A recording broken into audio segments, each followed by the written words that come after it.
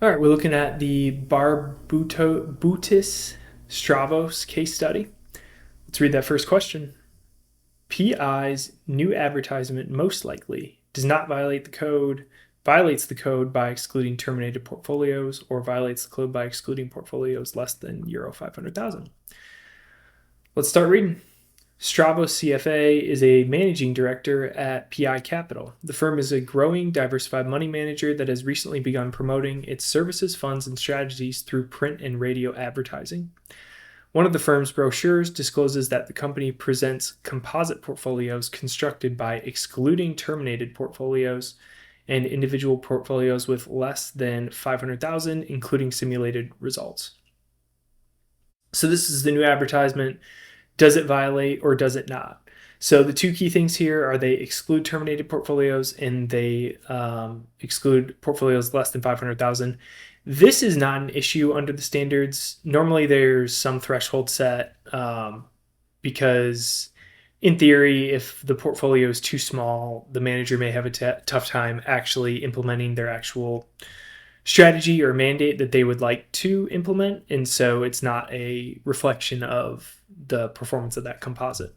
So that's okay. And then, so where we do violate though is by excluding those terminated portfolios. And I think the thinking behind that is by excluding these, you're not showing all of your true performance. Particularly if somebody terminated, it might have been because the performance was not good. So you're kind of by default excluding portfolios in the composite that didn't do as well, therefore inflating performance. So go with B. Question number 2. Stravos most likely violated the code and standards only by reporting Johnson, only by declaring bankruptcy, or by reporting Johnson and declaring bankruptcy. So declaring bankruptcy in and of itself isn't necessarily a violation of the standards, just throwing that out there right off the bat. But the context of it will matter.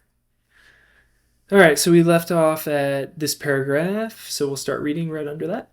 Due to some poor investment decisions made in the past few years, Stravos is in a dire financial position, causing him to declare personal bankruptcy.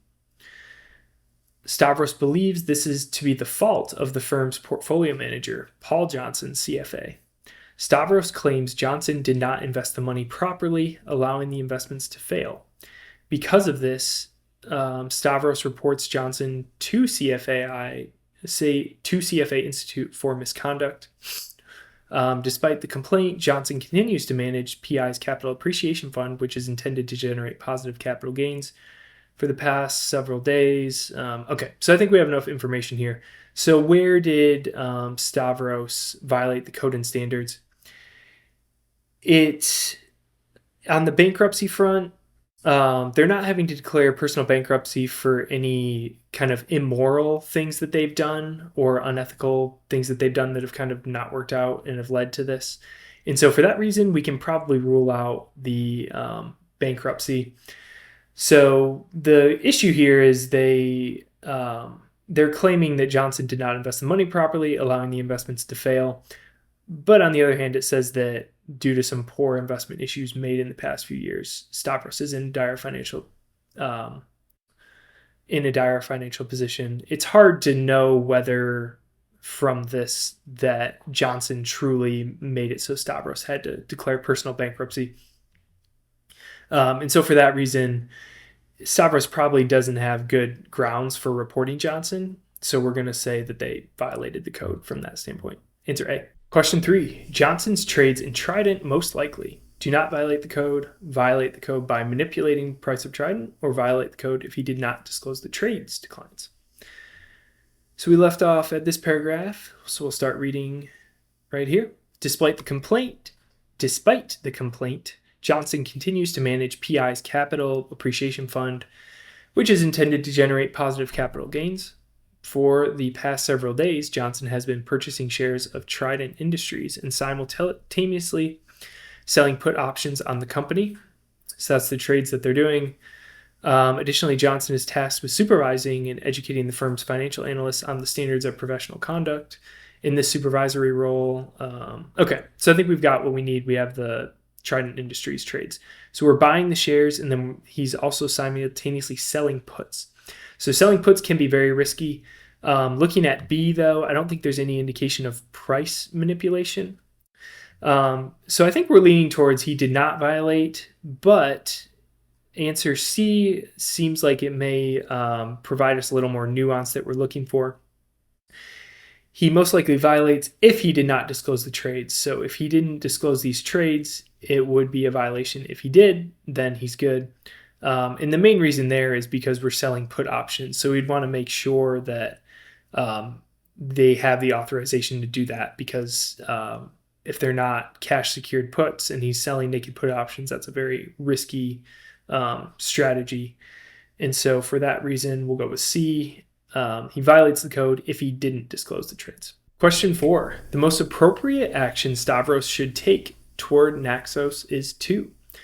Resign from the board and seek legal advice. Protest the actions of the board by writing to the CEO of Naxos. Inform his supervisor of the discovery and stop attending board meetings until the matter is resolved. All right, so we left off here. Let's read until we learn more about this Naxos situation. Stavros has also been a member of the board for Naxos Shipping since 2014. During the most recent board meeting, Stavros learns that the company may have illegally contributed funds to a political campaign, which Stavros urges the board to disclose. However, the board decides against making a disclosure.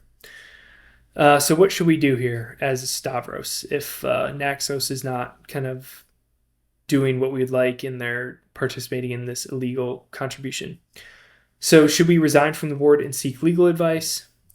This seems like a pretty, I don't want to say dramatic first step, but it's not necessarily helping us towards getting Naxos to kind of change its ways. And that's kind of what we need to do as shareholders of the firm for PI Capital. Protest the actions of the board by writing to the CEO of Naxos. I think at this point they've kind of urged, he's already kind of expressed this and talked to the board about it, and has already expressed the concern to the folks of Naxos, and they haven't taken any action on it. In fact, they've kind of ignored his advice. So I think that's probably not the best action. And then C, inform his supervisor of discovery and stop attending board meetings until the matter is resolved. It sounds like the best option so far, getting others involved at PI Capital to kind of help resolve this situation. Answer C.